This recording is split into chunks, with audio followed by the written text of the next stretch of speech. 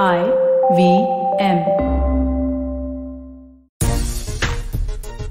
Test series हारने के बाद अब भारतीय टीम वनडे सीरीज जीतने के लिए मैदान पर उतरेगी और जाहिर सी बात है सब कुछ 2018 से कंपेयर किया जाएगा, तुलना की जाएगी, क्योंकि 2018 में शुरुआत भारतीय टीम के लिए लगभग वैसी ही थी जब भारतीय टीम टेस्ट सीरीज हारी, लेकिन उसके बाद जैसे ही व्हाइट बॉल क्रिकेट शुरू हुई भारतीय टीम ने डोमिनेट करना शुरू किया। भारतीय टीम ने 2018 में वनडे सीरीज 5-1 से जीती और उसके बाद T20 सीरीज पर भी कब्जा किया था, लेकिन 2022 की अगर हम बात करें तो T20 सीरीज तो नहीं है लेकिन वनडे सीरीज है और कई मायनों में ये वनडे सीरीज बहुत अहमियत रखती है भारतीय टीम के लिए, भारत के पूर्व कप्तान के लिए। और 2023 वर्ल्ड कप की पहली झलक आपको देखने को मिल सकती है राहुल द्रविड़ की क्या कुछ सोच है, किन खिलाड़ियों के साथ वो वर्ल्ड कप में उतरना चाहते हैं। तमाम ऐसे विषय हैं जिन पर आज बहुत विस्तार से बातचीत करेंगे। हमारे साथ दो खास मेहमान हैं, अयाज सर है हमारे साथ और Rajkumar sir. Rajkumar sir good morning. Ayaz sir आपको भी good morning. Morning. Rajkumar sir पहला सवाल तो मैं आपसे ही लेना चाहूंगा क्योंकि 2018 में विराट कोहली ने 3 शतक लगा दिए थे वनडे सीरीज में और अकेले डोमिनेट किया था, मैन ऑफ द सीरीज भी वो बने थे और लगभग दक्षिण अफ्रीका के किसी भी गेंदबाज के पास विराट की रणनीति का कोई तोड़ नहीं था। इस बार क्या ज्यादा विध्वंसक विराट हम देखने वाले हैं, एक ऐसा विराट हम देखने वाले हैं जो प्रेशर में है, या एक ऐसा विराट हम देखने वाले हैं जो आने वाले समय में, जैसा कि तमाम क्रिकेटर्स ने प्रेडिक्शन किया है कि अब विराट की जो आंधी आएगी उसको रोकना बहुत मुश्किल होगा? बिल्कुल राजीव, मैं भी यही उम्मीद कर रहा हूँ कि अब वो बेहतर फ्रेम ऑफ माइंड में है, पॉजिटिव फ्रेम ऑफ माइंड में है और प्रेशर बिल्कुल भी नहीं है उनके ऊपर। काफी रिलैक्स्ड हैं वो और एंजॉय कर रहे हैं काफी, जितनी मेरी उनसे लगातार बात हो रही है और काफी वो रिलैक्स्ड फील कर रहे हैं। तो मुझे लगता है कि जब भी वो पॉजिटिव फ्रेम ऑफ माइंड में होते हैं तो बेहतर उनका प्रदर्शन रहता है और उनकी प्रिपरेशन काफी कुछ उनके मेंटल उससे ही होती है कि जब वो अच्छे पॉजिटिव फ्रेम ऑफ माइंड में होते हैं तो उनका परफॉर्मेंस भी अच्छा होता है। तो वही मुझे नजर आ रहा है कि अब वो काफी रिलैक्स्ड हैं और मुझे लगता है कि आने वाली सीरीज में उनका प्रदर्शन शानदार होने वाला है। जी, तो आपने जो टच देखा आया सर, क्योंकि तमाम जो फैंस हैं, जो व्यूवर्स हैं, वो जानना चाहते हैं कि विराट किस टच में आपको टेस्ट सीरीज में नजर आए और वनडे क्रिकेट के बेताज बादशाह है। देखिए इसमें कोई शक नहीं है, जिस तरह के उनके रिकॉर्ड्स हैं, जिस तरह से वो मैच को फिनिश करते हैं, तो आज की डेट में भी दुनिया के सबसे खतरनाक मैच फिनिशर्स में से एक है विराट। क्या टच आपने अयाज सर ऑब्जर्व किया है टेस्ट सीरीज के दौरान, और व्हाइट बॉल क्रिकेट क्या कुछ चैलेंजेस विराट के लिए लेके आएगा, क्योंकि व्हाइट बॉल को लेके ही एक्चुअल विवाद शुरू हुआ था भारतीय क्रिकेट में? देखिए मेरे ख्याल से व्हाइट बॉल में शायद ही कोई ऐसा प्लेयर हो जो विराट से बेहतर उनका रिकॉर्ड हो, और इनमें मैं गिनती करता हूँ ऐसे दिग्गज की जैसे Dean Jones, Bill Richard, Javed Miandad, वो उस कैटेगरी के प्लेयर है वनडेयर्स में। रोहित शर्मा को भी आप उसमें जोड़ सकते हैं, जिस तरह से रोहित खेल रहे हैं पिछले 2-3 साल से, तो बहुत ही ऊंचे दर्जे के प्लेयर। कभी कभी हमने देखा है कि अगर आपका टेस्ट फॉर्म हल्का हो तो आप वनडे का फॉर्म जो है, अगर वहां पर अच्छा फॉर्म चलता है आपका, तो आप उसको यूज कर सकते हैं टेस्ट मैचेस में। जो हमने देखा टेस्ट सीरीज में, देखिए विराट का जो है लीन शॉट, हम लोग सब ये लूजली बताते हैं कि लीन पैच से जा रहे हैं, फॉर्म हल्का हो गया है। एक्चुअली फॉर्म उनका इतना बुरा नहीं था, थोड़ा सा डिफेंसिव थे, इतने अथॉरिटेटिव नहीं थे, लेकिन लंबे स्कोर नहीं बन रहे थे। और अक्सर होता है जब आपके साथ किस्मत नहीं साथ दो तो आपकी पहली मिस्टेक जो होती है आपकी आखिरी होती है। तो ये कुछ ऐसा हुआ है विराट के साथ। वो स्टार्ट्स हर ऑलमोस्ट एवरी मैच में उनको स्टार्ट मिले 30, 35, 40 हाफ सेंचुरीज थी, 4, 5, 6, और पिछले मैच में, आखिर के मैच में भी हमने देखा, और शायद सेकेंड इनिंग्स में केप टाउन में थोड़े से ज्यादा डिफेंसिव हो गए इस कोशिश में कि किसी तरह भी ये मैच को जीते और सीरीज जिताए। वो हुआ नहीं, उसमें नाकाम रह गए। लेकिन मुझे लगता है ओवरऑल अगर आप देखें तो उनका टच जो है वो बुरा नहीं है। अब ये ट्रांसलेट करना है बड़े स्कोर में, और बड़ा स्कोर भी जो होता है वो एक बहुत अहम चीज पे डिपेंड करता है कि आपको स्टार्ट मिल जाए, 40-50 आप बना ले, फिर आपका कंसंट्रेशन, आपका ध्यान अगर कहीं एक झलक के लिए भी कहीं और चले जाता है तो आपसे गलती हो सकती है, जो पहले नहीं होती थी। तो अब मुझे लगता है कि विराट को भी ये सोच के चलना चाहिए कि बहुत ही प्राइस विकेट है, हर बॉलर चाहता है कि उनकी विकेट ले, और कोशिश उनकी ये होनी चाहिए, एक बार ये ब्रेक थ्रू मिल गया, बड़ा स्कोर बनना शुरू हो गए, तो फिर मेरे ख्याल से ये जो एक जो जकड़ है वो टूट जाएगी। बिल्कुल। और राजकुमार सर, क्योंकि विराट से हमने चर्चा इसलिए शुरू की कि आज भी इंडियन क्रिकेट के सबसे बड़े मैच विनर है, जैसे कि मैंने अयाज सर से कहा था, और दूसरा उनका फॉर्म में होना यानी कि बाकी के बल्लेबाजों के लिए काम बहुत आसान हो जाना। कितना विराट से आपकी बात हुई होगी, ये वनडे सीरीज को कितनी अहमियत वो दे रहे हैं? क्योंकि देखिए तमाम चीजें जो भी चल रही होती है मैदान के बाहर, अंत में अगर आप मैदान के अंदर सबको चुप करा देते हैं तो सारी चीजें ऑटोमेटिक शांत हो जाती हैं।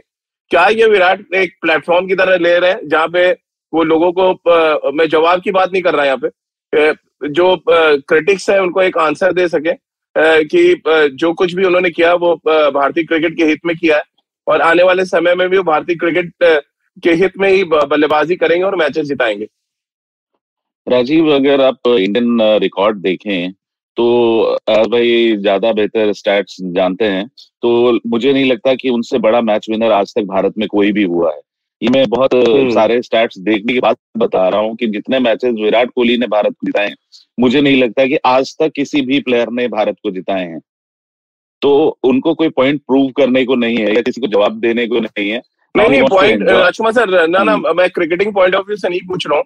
अक्सर होता है जब आप भी क्रिकेट खेल रहे होते हैं, आपके लिए बारे में अगर कुछ कहा जाए लिखा जाए तो आपको लगता है आइडियली मैं ग्राउंड पे जाऊं, मैं 5 विकेट निकालूं, या मैं हूं आपकी जगह तो मैं भी जाऊंगा, कोशिश करूंगा कि यार अगर मेरे को कहा जाएगा मेरी गेंद नहीं घूम रही है तो मैं कोशिश करूंगा जाके दिखाऊं कि बिना गेंद घूमे भी मैं 5 विकेट ले सकता हूँ। तो मैं ये कहना चाह रहा हूँ कि विराट क्या उस ठीक कह रहे हैं आप, उस जगह पे है कि जहाँ पे जी कि फॉर्म की बात ना करे आदमी, उस क्लास की बात करे कि क्लास है अभी भी। नहीं, बिल्कुल ठीक बात है, और शायद वो भी इसे जवाब अपने बैट से हमेशा से देते आए हैं, क्योंकि कहीं ना कहीं ऐसा होता रहा है कि क्वेश्चन मार्क्स उठते रहे हैं। ये भारतीय क्रिकेट की प्रवृत्ति है कि वहां पर बहुत जल्दी लोग भूल जाते हैं कि प्लेयर का क्या कमिटमेंट है, क्या अचीवमेंट्स हैं, और क्या उसका डेडिकेशन है अपनी टीम के लिए, या क्या कुछ उसने किया है अपने देश के लिए। तो वो बार बार उन्हें याद दिलाना पड़ता है, और मुझे लगता है कि हमेशा से विराट ने इन सब चीजों का जवाब अपने बल्ले से दिया है, और आशा करता हूं कि आने वाली सीरीज में भी वो अपने बल्ले से ही उसका जवाब देंगे। और जिस तरह अयाज भाई ने कहा कि अच्छे फॉर्म में है वो, अच्छी बात है कि अच्छा मीट कर रहे हैं, ball centre of the bat लग रहा है, जो कि इम्पोर्टेंट है बैटिंग में, कि अगर आप मिडिल कर रहे हैं तो आपको कोई प्रेशर नहीं होता, आप लगातार बीट हो रहे हो, आपको कोई हा हू हो रही हो आपके अगेंस्ट की, बीट हो गया आउट होने वाला, ऐसा नहीं है, वो पूरी कमांड में है। लेकिन टीम की सर्कमस्टांसेस ऐसी थी, मिडिल ऑर्डर हमारा इतना शैलो लग रहा था, इतना हॉलो लग रहा था कि जिम्मेदारी लेनी पड़ी विराट को उस तरह उस कैरेक्टर में खेलने की जिसके वो आदी नहीं है। कभी भी इतना डिफेंसिव क्रिकेट वो नहीं खेलते थे, लेकिन क्योंकि जिम्मेदारी लेनी पड़ी, हमारा मिडिल ऑर्डर अनफॉर्चुनेटली फायर नहीं कर रहा था, तो उन्हें लगा कि नहीं मुझे खड़े होना होगा, तभी लंबी एक इनिंग हो सकती है भारत के लिए। और मुझे पूरी आशा है कि वो अपने फॉर्म को कैरी करेंगे, और एक बड़ा स्कोर जरूर आप बहुत जल्द देखने को मिलेगा उनसे, क्योंकि वो बड़े फ्रेश लग रहे हैं, एक्साइटेड हैं, और जो उनकी रनों की भूख है वो मुझे लगता है कि और शायद बढ़ गई है। बड़े सवाल आ रहे हैं अयाज सर शिखर धवन को लेके। हर्षैन पूछ रहे हैं कि क्या धवन को ओडीआई में मौका मिलेगा? 11 के एवरेज से वो बैटिंग कर रहे हैं, ऋतुराज का जो एवरेज था वो 111 था। फिर हर्षदीप एक और सवाल है, मैं वो सवाल भी ले लेता हूँ क्योंकि दोनों क्लब करना पड़ेगा मुझे। वो सवाल एक आ रहा है शिखर धवन को लेकर, एक और सवाल है, ये सवाल हर्षैन का है। उनका ये पूछना है कि क्या हम वही गलती तो नहीं दोहरा देंगे जो हमने चेतेश्वर पुजारा और रहाणे के साथ दोहराई टेस्ट क्रिकेट में? हम बड़े नाम के साथ जाएं और काम के खिलाड़ियों को प्लेइंग 11 से बाहर रखें। लेकिन बड़ा डिफिकल्ट डिसीजन है, क्योंकि आप शिखर धवन जैसे प्लेयर को अगर स्क्वाड में लेते हैं तो इसी इरादे से लेते हैं कि आप उन्हें खिलाएंगे। अगर उनको बाहर ही बिठाना है तो फिर एक यंगस्टर को आप ले जाते स्क्वाड में, जैसे ऋतुराज है, और किसी और को मौका देते थे, और राइट लेफ्ट कॉम्बिनेशन भी आपको मिलता है ओपनिंग में। तो मुझे लगता है कि बहुत, और ऋतुराज का फॉर्म ऐसा है कि आप उसको भी इग्नोर नहीं कर सकते। तो ये बड़ा एक चैलेंजिंग सिचुएशन है केएल राहुल और राहुल द्रविड़ के लिए। मुझे लगता है कि शायद पहली मैच में शिखर धवन को खिलाएंगे, क्योंकि आप चाहते हैं कि जो एक्सपीरियंस जोड़ी हो, जो साथ में पहले भी खेल चुके हैं, राहुल और शिखर धवन एक टीम में रह चुके हैं, एक रैपॉर रहता है, तो शायद उनको खिलाएंगे। और उसके बाद अगर नहीं चलते शिखर धवन के लिए तो ये लाइफलाइन है। अगर यहाँ पर उनको मौका मिलता है, रन नहीं बनते हैं, तो मोर और लेस चैप्टर खत्म हो जाएगा उनके इंटरनेशनल करियर का। राजकुमार सर, क्योंकि 11 और 111 एवरेज का मामला है तो बहुत बड़ा फासला है। अब आपको तय करना है कि आप 11 वाले बल्लेबाज के साथ जाएंगे या 111 एवरेज और विजय हजारे, क्योंकि आप देख रहे थे, आप दिल्ली टीम के हेड कोच है, और ऋतुराज गायकवाड़ ने जो इम्पैक्ट छोड़ा वो बहुत बड़ा इम्पैक्ट था डोमेस्टिक क्रिकेट में। नहीं राजीव, मेरा मानना है कि वो बहुत ही एक शानदार खिलाड़ी हैं ऋतुराज गायकवाड़, इसमें कोई डाउट नहीं है। मैंने उनको खेलते हुए देखा है और मैंने उन्हें कहा भी है कि आप बहुत शानदार खिलाड़ी हैं, बहुत लंबे समय तक आप भारत को सर्व कर सकते हैं, क्योंकि जो टेक्निक, जो टेम्परामेंट उनका है वो बहुत ही लाजवाब है। लेकिन कई बार होता है कि जब आपके सामने एक सीनियर प्लेयर है तो आपको वेट करना होता है, अपनी पारी का इंतजार करना होता है। तो मुझे लगता है कि टीम मैनेजमेंट भी शायद यही सोचेगी, जैसे कि अगर आपने शिखर धवन को टीम में लिया है तो पहला चांस उन्हीं को मिलेगा, क्योंकि सीनियर खिलाड़ी हैं, प्रूवन मैच विनर हैं वो भी, उन्हें उनका बहुत कंट्रीब्यूशन है भारतीय क्रिकेट के लिए। लेटली एक टूर्नामेंट में विजय हजारे में रन नहीं बनने से वो खिलाड़ी खराब नहीं हो जाता।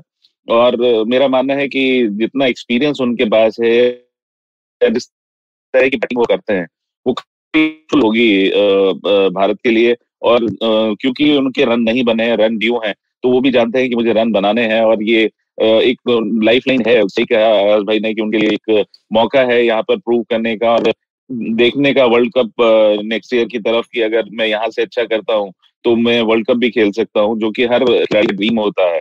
तो एक मौका है शिखर धवन के पास और मुझे पूरी आशा है कि टीम मैनेजमेंट शायद पहला मौका उन्हीं को देगी। ऋतुराज गायकवाड़ बेहतरीन प्लेयर हैं, कोई डाउट नहीं है, लेकिन अपनी पारी का उन्हें इंतजार करना होगा। अच्छा सर, क्योंकि ये वनडे सीरीज साल की पहली वनडे सीरीज है और इसके बाद 2023 जो वर्ल्ड कप है, क्या उसकी तैयारी की पहली झलक हमें मिलेगी? राहुल द्रविड़ क्योंकि रेगुलर कैप्टन रोहित शर्मा साथ में नहीं है, बट वो उनके साथ कंसल्ट जरूर कर रहे होंगे। ऐसे में आपको क्या लग रहा है, जो कुछ हम इस सीरीज में देखेंगे, क्या वो एक रास्ता दिखाएगी हमें कि हम T20 वर्ल्ड कप 2023 के लिए, 2023 जो 50 ओवर का वर्ल्ड कप है, उसके लिए हम कितनी तैयारी कर रहे हैं? मेरा तो मानना है कि दोनों ही फॉर्मेट्स में, व्हाइट बॉल के जो फॉर्मेट्स है T20 और ODI, क्योंकि पहले एक T20 का वर्ल्ड कप है, दोनों में काफी कॉमन प्लेयर्स आपको मिलेंगे। तो दोनों ही चीजें आपको, और दोनों ही टीम आपको रीबिल्ड करनी है नए कैप्टन और नए कोच के साथ। तो ये बहुत ही इंपॉर्टेंट है। मुझे लगता है कि हालांकि जैसे कगिसो रबाडा नहीं खेल रहे हैं साउथ अफ्रीका के लिए, उसके बावजूद साउथ अफ्रीका जो है हल्की टीम नहीं है अपने घरेलू कंडीशन में, जैसा हमने टेस्ट सीरीज में देखा। तो ये इम्पोर्टेंट है कि ये सीरीज जीते और यहाँ से आप बिल्डिंग प्रोसेस शुरू करें। थोड़ा बहुत चेंजेस होते रहेंगे, क्योंकि हर कोई, जरूरी नहीं कि हर कोई कंटिन्यूसली गुड फॉर्म में हो।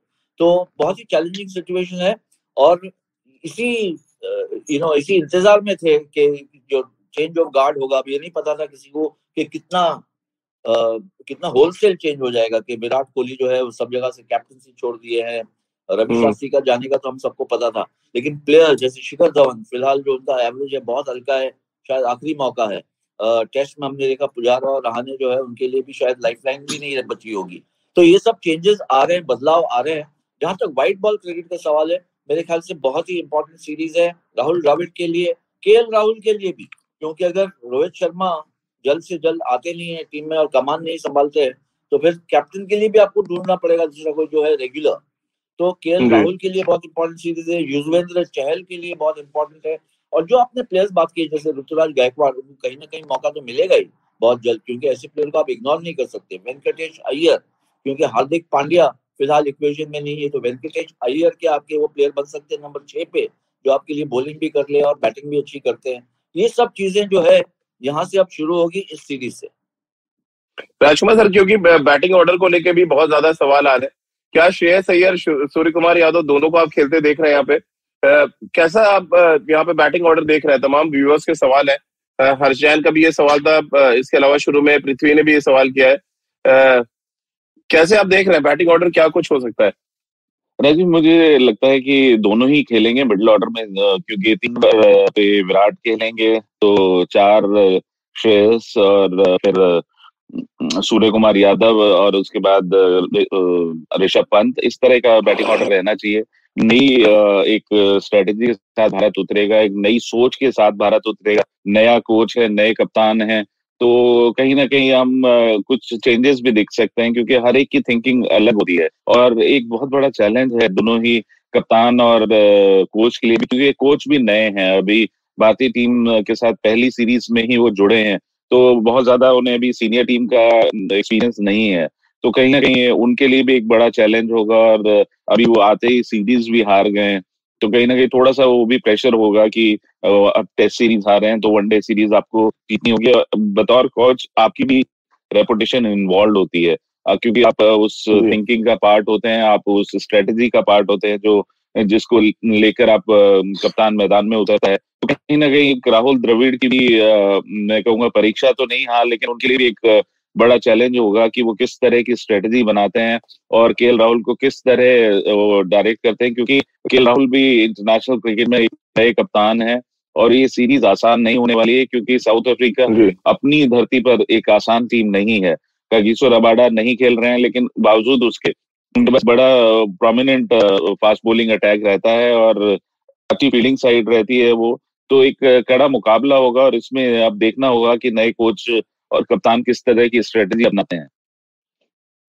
जी, तो चलिए इसी नोट पे एक छोटा सा ब्रेक लेते हैं। ब्रेक के बाद जब वापस आएंगे बात दक्षिण अफ्रीका की प्लेइंग 11 की भी करेंगे, साथ ही क्विंटन डिकॉक जिन्होंने टेस्ट क्रिकेट को अलविदा कहा है, वो वनडे क्रिकेट में अब कप्तान है, तो उनकी कप्तानी पर एक रिएक्शन लेंगे और साथ ही बहुमा टीम में वापस आ रहे हैं। काफी ढेर सारे ऑलराउंडर्स दक्षिण अफ्रीका ने अपनी टीम में वापस बुलाए, तो इन सभी मुद्दों पे चर्चा करेंगे और क्या वनडे की टीम टेस्ट से ज्यादा बैलेंस नजर आ रही दक्षिण अफ्रीका की, इस पे भी बातचीत करेंगे। एक छोटा सा ब्रेक लेते हैं, तुरंत हाजिर होते हैं।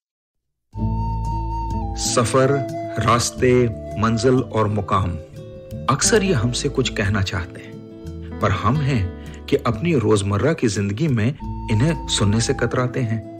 नमस्ते दोस्तों, मेरा नाम है केशव चतुर्वेदी और मैं आपको ले चलूंगा कुछ ऐसे सफर पर जहां आपको एक नया नजरिया मिलेगा सफर और मंजिलों को देखने का। आइए इन किस्से कहानियों में डूब जाएं, हर मंगलवार और शुक्रवार। ब्रेक के बाद एक बार फिर आपका स्वागत है। अयाज सर और राजकुमार सर के साथ आप देख रहे हैं और सुन रहे हैं खेल नीति। राजकुमार सर, इससे पहले कि दक्षिण अफ्रीका टीम पे हम थोड़ी सी बातचीत करें, विराट को लेके जो बड़ा स्टेटमेंट दिया कल के राहुल ने कि उनके लिए बड़ा चैलेंज है कि दुनिया के सबसे बड़े क्रिकेटिंग बूट्स को भरना, कितना इंपॉर्टेंट आप एक देख रहे हैं कि एक इतना सक्सेसफुल कैप्टन अब टीम में एज अ बैट्समैन की हैसियत से खेलेगा और एक ऐसा कप्तान है जिसका करियर बनाने का काम किया विराट कोहली ने। बहुत लड़े हैं उनके लिए, उनके ट्वीट्स भी हमने देखे जब विराट ने टेस्ट क्रिकेट की कप्तानी छोड़ी थी। कैसे आप देख रहे हैं ये कॉम्बिनेशन? उनका ये भी कहना है कि विराट से काफी कुछ सीखेंगे। मैं भी उनका स्टेटमेंट पढ़ रहा था और विराट ने जिस तरह से टीम को आगे बढ़ाया, जिस कॉन्फिडेंस के साथ वो टीम को लेके गए, वो एक चैलेंज है बाकी के कप्तानों के लिए। तो सीधा सीधा ना सिर्फ वो अपने लिए भी चैलेंज देख रहे हैं, बल्कि जो भी कप्तानी करेगा अलग अलग फॉर्मेट में, उन सब के लिए एक मुश्किल हालात विराट कह रहे हैं कि बना दिए उन्होंने। मुश्किल हालात तो नहीं, हाँ, लेकिन एक चैलेंज जरूर है राजीव। और वो ग्राउंड में खड़े होंगे तो आप देखेंगे उनमें बिल्कुल ईगो नहीं है। ऐसा नहीं है, अगर ईगो होती तो वो ये कप्तानी छोड़ते ही। अब वो खेलने के लिए, और केएल राहुल को तो उन्होंने बहुत प्रमोट किया है। प्रमोट उन्होंने रोहित शर्मा को भी बहुत किया है। अगर आप देखें, रोहित शर्मा को उन्होंने कई बार काफी सीनियर प्लेयर्स को ड्रॉप करके भी चांस दिया, क्योंकि उनको लगता था कि रोहित एक शानदार प्लेयर हैं, जो रोहित ने बाद में प्रूव भी किया। तो काफी सपोर्ट किया है उन्होंने इन दोनों ही खिलाड़ियों को। केएल के लिए भी काफी उन्होंने बोला है कि वो एक शानदार खिलाड़ी है, बेहतर टेक्निक के साथ वो खेलते हैं। तो उनका खड़ा रहना केएल के लिए बहुत सपोर्ट होगी, क्योंकि time to time he can look forward कि वो विराट से राय ले सकते हैं या विराट खुद भी कंट्रीब्यूट करना चाहेंगे। और ऐसा नहीं है कि उनके खड़े होने से किसी तरह का प्रेशर होगा कप्तान को, क्योंकि ये उनका खुद का डिसीजन है कि उन्होंने कप्तानी छोड़ी है, तो वो किसी के भी अंडर खेलने को तैयार हैं और कंट्रीब्यूट करने के लिए तैयार हैं। और पास्ट में हमने देखा है कि ऐसा हुआ है भारतीय क्रिकेट में, जब सचिन तेंदुलकर कप्तानी छोड़कर खेले हैं, या राहुल द्रविड़ या MS फॉर दैट मैटर। तो ऐसा कुछ भी मुझे लगता नहीं कि विराट के साथ इस तरह की कोई प्रॉब्लम होगी। केएल को रादर उनको बहुत सपोर्ट मिलेगी, जो विराट को बहुत सपोर्ट मिली MS धोनी के होते हुए। राजकुमार, एक और बड़ा स्टेटमेंट था विराट का, उससे एक थोड़ी सी राय आपकी लूंगा कि विराट के बारे में के राहुल ने कल कहा कि बहुत अमेजिंग एबिलिटी थी आपके जो साथी खिलाड़ी उनके में अंदर से बेस्ट निकालना। ये एक बहुत बड़ी क्वालिटी थी विराट के अंदर, जो बाकी कप्तानों को अडॉप्ट करना पड़ेगा और ये समझना पड़ेगा कि किस खिलाड़ी की क्या लिमिटेशन है और किस खिलाड़ी के साथ आप कितने आगे तक जा सकते हैं। ये एक बड़ी इंपॉर्टेंट बात के राहुल ने ऑब्जर्व की है, जो विराट के बारे में जो उन्होंने शेयर किया। बिल्कुल राजीव, और इसमें थोड़ा बहुत कंट्रीब्यूशन मैं कहूँगा मैंने भी किया। जब इनिशियली कप्तान बने विराट कोहली, तो उन्हें बहुत जल्दी गुस्सा आता था, अगर कोई कैच छोड़ देता था तो वो रिएक्ट करते थे।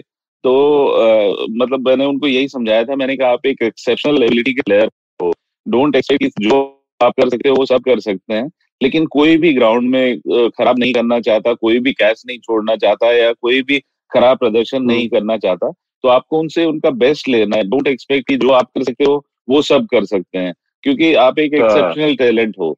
तो वो एक्सेप्ट भी किया उन्होंने और वो काफी मेलो डाउन हुए और अपने प्लेयर्स के साथ उन्होंने बहुत अच्छे से रेस्ट लेना शुरू किया, उनको एनकरेज किया। आप देखें, अगर ये टीम बिल्डिंग जिसे कहा जाता है, तो इसमें बहुत बड़ा कंट्रीब्यूशन विराट का है, क्योंकि जिस तरह उन्होंने डोमिनेट किया, जिस तरह उन्होंने टीम बनाई, उसमें उन्होंने किसी के साथ कोई कॉम्प्रोमाइज नहीं किया या किसी के साथ कोई बायस नहीं रहे वो कि मुझे यहाँ के प्लेयर खिलाने हैं या वहाँ के प्लेयर हैं। जो उन्हें लगा कि मेरी टीम के लिए, जो देश के लिए बेहतर खिलाड़ी है, उन्होंने उसके लिए बहुत फाइट की और उसको खिलाया भी। ऐसा नहीं कि वो उस फाइट में हारे हैं या वो मान गए हों कि नहीं मैं मान जाऊंगा कि नहीं ये खेलेगा। कोई भी भले सामने आया तो उन्होंने, अगर उन्हें लगा कि अच्छा खिलाड़ी है तो उन्होंने उसको खिलाया, बैक किया, और इसीलिए भारतीय टीम इस समय इस मुकाम पर है जहां पर वो 7 साल पहले नहीं थी।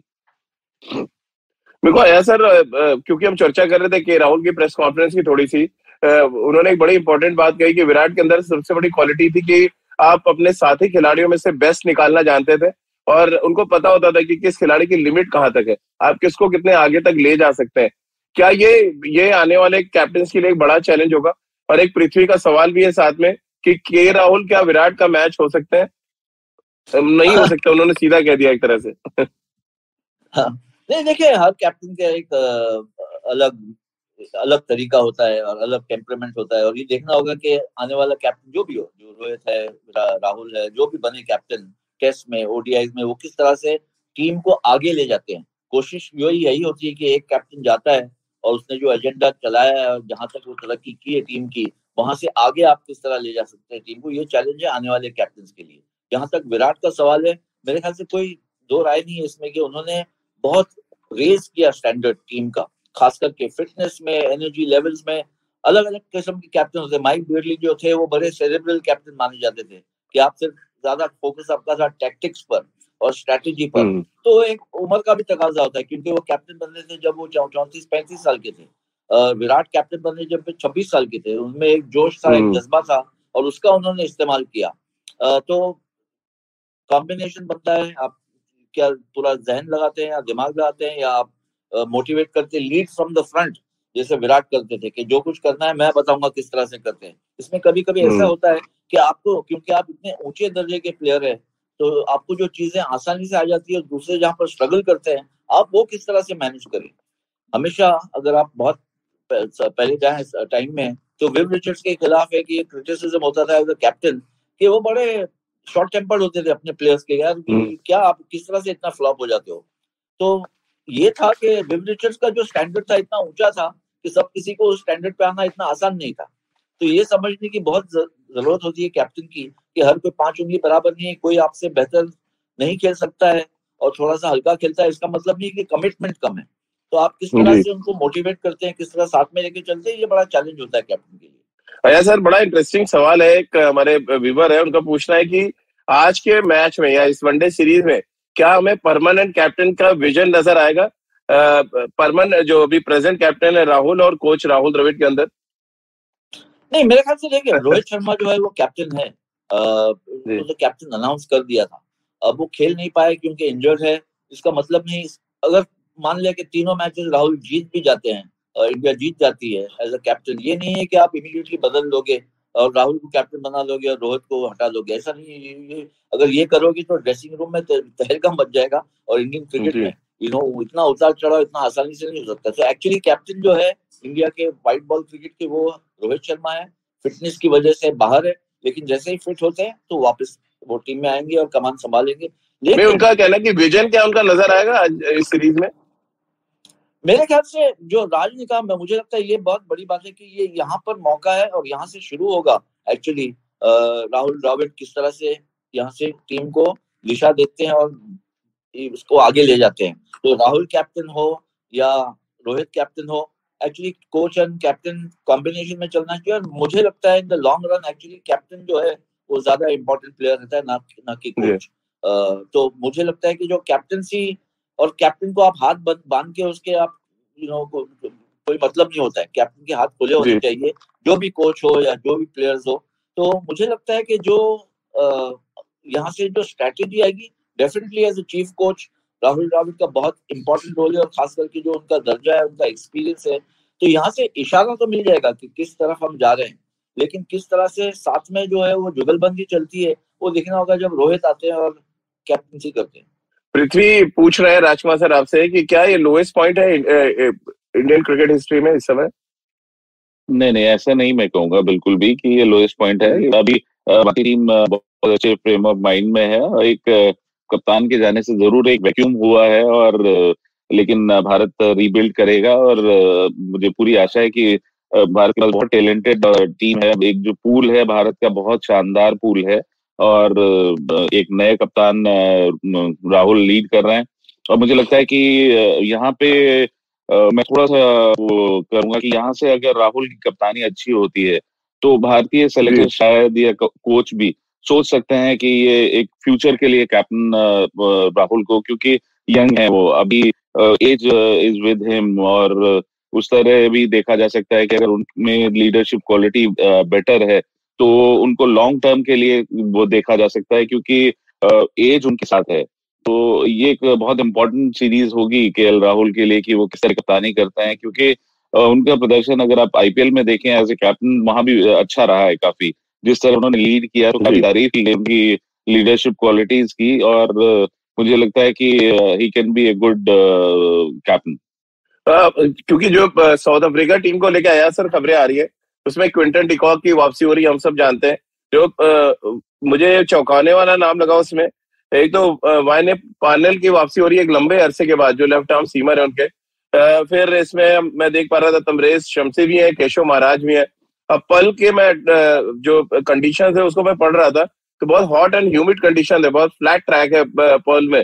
इससे पहले जो भारतीय टीम ने मुकाबले खेले वो दक्षिण अफ्रीका से नहीं खेले, एक बार वो जिम्बाब्वे से खेले, एक बार वो किसी और टीम से खेले। कैसे आप देख रहे हैं जो टीम का कॉम्बिनेशन है, और इसमें जो डेविड मिलर की भी वापसी हो रही है, तमाम जो बड़े हिटर्स हैं वो वापस ले आए। फुलक्वायो उनका जो ऑलराउंडर है वो भी टीम में आ गए, लुंगी टीम में है। कैसे आप देख रहे हैं साउथ अफ्रीका की टेस्ट टीम से ज्यादा बेहतर आपको लग रही है वनडे स्क्वाड? मुझे on paper definitely test team से ज्यादा बेहतर नजर आ रही है, लेकिन टेस्ट टीम जैसे हमने देखा बहुत अबव बहुत ओवर एस्टिमेटेड परफॉर्मेंस दिया उन्होंने। क्योंकि अगर हम देखें जिस तरह से उन्होंने टेस्ट मैचेस में खेला है तो किसी ने उम्मीद नहीं की थी, अपेक्षा नहीं थी कि इतना अच्छा खेलेगी। तो ये बताते हैं कि साउथ अफ्रीका में भी क्रिकेट एडमिनिस्ट्रेशन में हालांकि कंट्रोवर्सीज में घुली हुई थी, लेकिन उनमें ये इच्छा है खास करके प्लेयर्स में कि अपना नाम बनाएं और इम्पैक्ट करें। और ना भूलें कि ये आजकल बहुत जरूरी हो गया, आप जहां भी खेल रहे हो, क्योंकि आप अगर साउथ अफ्रीका में अच्छा खेलते हैं या श्रीलंका में अच्छा खेलते हैं तो आपका नंबर लग सकता है आईपीएल का मेगा ऑक्शन में, आपका नाम आ जाए, या बिग बैश लीग में। तो प्लेयर्स जो है इसी कोशिश में है कि 12 महीने आपका करियर चलता रहे। जहां तक व्हाइट बॉल क्रिकेट का सवाल है, मेरे ख्याल से डेफिनेटली इनके पास ज्यादा ऑप्शंस है, ऑलराउंडर्स है। कॉलपैक का जो मसला था, जो साउथ अफ्रीका छोड़ के इंग्लैंड चले गए थे या यूरोप में चले गए थे, अब यूरोपियन यूनियन ही नहीं रहा है तो कॉलपैक नहीं रहा है, इसलिए वेन पार्नेल जैसे प्लेयर भी वापस आ गए हैं। ओवरऑल मुझे लगता है कि इनकी टीम ज्यादा बैलेंस्ड है। ये जो पिच आज जो मैच खेला जाएगा, ये ड्राई पिच मानी जाती है, वहां पर स्पिनर्स काफी काम में आ सकते हैं। एक प्लेयर जिसपे तवज्जो देनी होगी वो है आइडन मार्करम, जिन्होंने टेस्ट सीरीज में कुछ खास नहीं कर पाए, लेकिन अगर ऐसी फ्लैट ट्रैक अगर उनको मिल जाए, अच्छी बैटिंग पिच, तो बहुत ही जबरदस्त बैट्समैन है।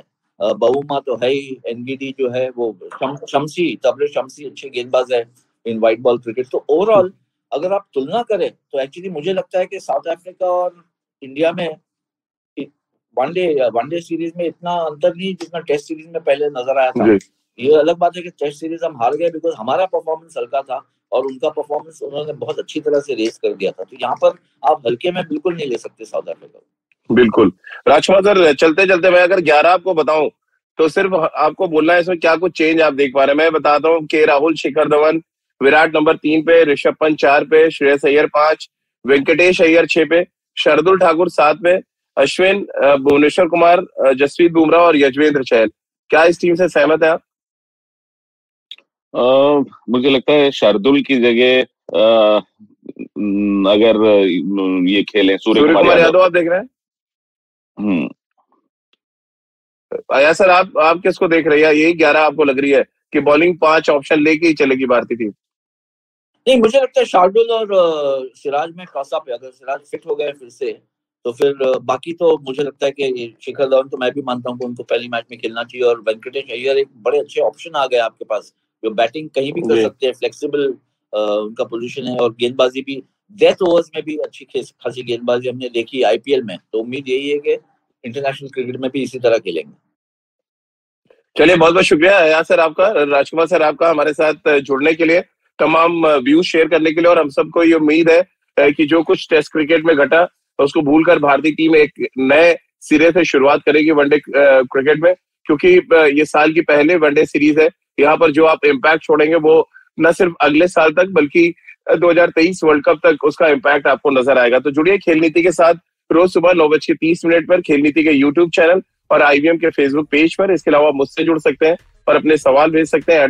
@राजीवेश मेरा ट्विटर हैंडल है, @क्रिकेट वल्ला आया सर का ट्विटर हैंडल है, और @राजकुमार क्रिकेट आप राजकुमार सर से सीधे सवाल भेज सकते हैं। इसके अलावा खेल नीति का हर एपिसोड आप सुन सकते हैं IVM ऐप पर, IVMpodcast.com पर, गाना, स्पॉटिफाई, सावन, गूगल पॉडकास्ट या अन्य IVM पॉडकास्टिंग नेटवर्क पर।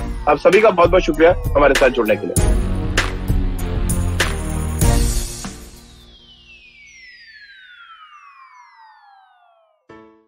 Hey everybody, it's been another great week on the IVM Podcast Network. On The Habit Coach, Ashton talks to holistic health coach Chris Gibson about the various aspects of skincare routines. On The Longest Constitution, Priya deconstructs an important judgment on reservations with the Indira Sawhney case. On Ikka Dukka Economy, Abhinav and Dr. Bharat Junjunwala analyze how the dynamics of a typical government job have changed over the years. And on The Life Manifesto, Zarina teaches us how we can become better decision makers. Do follow us on social media. We're IVM Podcast on Twitter, Facebook, Instagram, and LinkedIn. And remember, if you're enjoying this show or any of our other shows for that matter, please do tell a friend. We really do appreciate the word of mouth. Also, don't forget to rate us on any of the platforms that you're listening to us on, Spotify, Apple Podcasts, wherever it is. And we are also on YouTube. On YouTube, you can check out our various channels on ivmpodcast.com/YouTube. And finally, we'd like to thank our sponsors this week, Bank of Baroda and CoinSwitch Kuber. Thank you for making this possible.